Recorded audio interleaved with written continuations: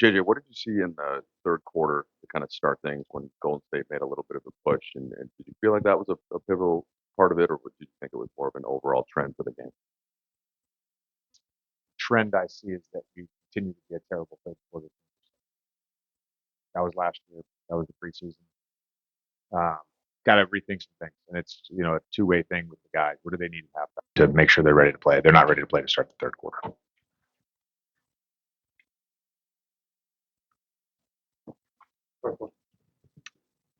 Uh, JJ, pregame you mentioned discipline as something that needs to be there, specifically when it came to playing their post splits. Just overall, in a macro sense, how would you assess the team's discipline tonight? Uh, Pretty good, actually. Outside of a few buckets there in the third quarter, pretty good. JJ, Luca's workload was so heavy. How do you try to get other guys to get more involved and help out with what you guys have going on out there? Every game is different. Not concerned about that. JJ, you talked about when it comes defensively about the level of connection and effort it's going to take from everybody. Where's the connection on the offensive end right now, and how much of sort of this being the early stages would you attribute the turnovers to, and guys just maybe not being in the right places or the places people expect? Yeah, I think that's more it. Again, trying to throw a lob pass, fit in a lob pass to DA, and it ends up being a turnover. I think that's going to happen to any team, to any two-man partnership, whether you're got continuity. That happens sometimes. I think it's mostly self-inflicted, and I think if you look at this game, like a microcosm of this game was we did enough good things to put ourselves in a position to win for most of the game, and that when we didn't do those things, they were self-inflicted. You touched on this. They were self-inflicted. So that's not being organized in early offense. That's having the wrong guy bring it up. That's we knew they were blitzing and stack. That's supposed to be stack two. Guy stays. Now there's no outlet for the passer. That's those are not sprinting back. We make a run. We got two guys back. Buddy Hill gets a wide open three for some reason on a full court pass. Those are self-inflicted things. So that's not anything Golden State did to us. The pregame you mentioned kind of how the team has gone through this whole process without LeBron. Like camp has been without LeBron. You're going to solve these problems in the immediacy with the issues that are happening with this roster. At some point, you're going to get another huge piece back. Do you allow yourself any brain power thinking about how LeBron fits in with what this group is now, or can you not afford to do that? It's hard to forget about LeBron. The reality is when you're focused on the group that you have, you got to make that group work.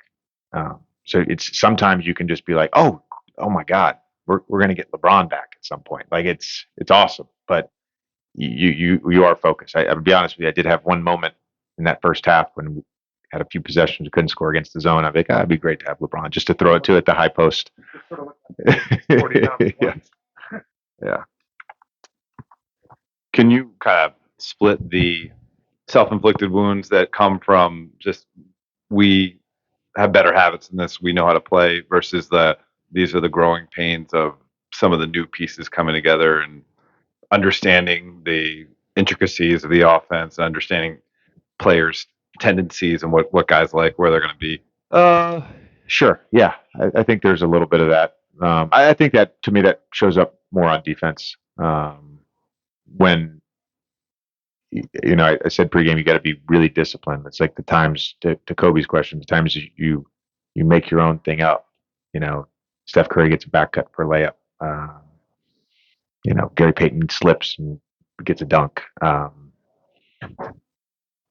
We don't read a small pick and roll, and I wasn't on the floor. I don't know what the call is, and Jimmy turns the corner, they get a layup. So there's going to be growing pains with that, I think, early in the season, and hopefully it's not long. But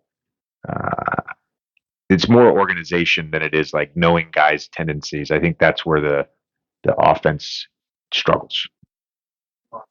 JJ, LeBron was so important for you guys, like defensively last year, just calling out plays, sort of quarterbacking things. Who's stepping into that role, or at least, I don't know if it's just you and Greg yelling all the time, or is it like who's on the court in that role? Yeah, no, I think Da and Marcus have done a really nice job. Gabe, I know Luca and AR are being more vocal as well. But I would say right now it's Da Marcus or yeah Da Marcus and Gabe. With the following the questions that with when LeBlanc's not there, how do you utilize Rui and this team and this play? So ask it again. I'm sorry. How do you use Rui Hachimura utilizing it with when LeBron's not in the team? How do you use him? As what kind of plan do you have for Rui? Same plan as always. Yeah, we're not going to ask a guy to change their role because someone's out of the lineup. He's got to stick to doing what he does best. Thank you. Austin is ready. My heart really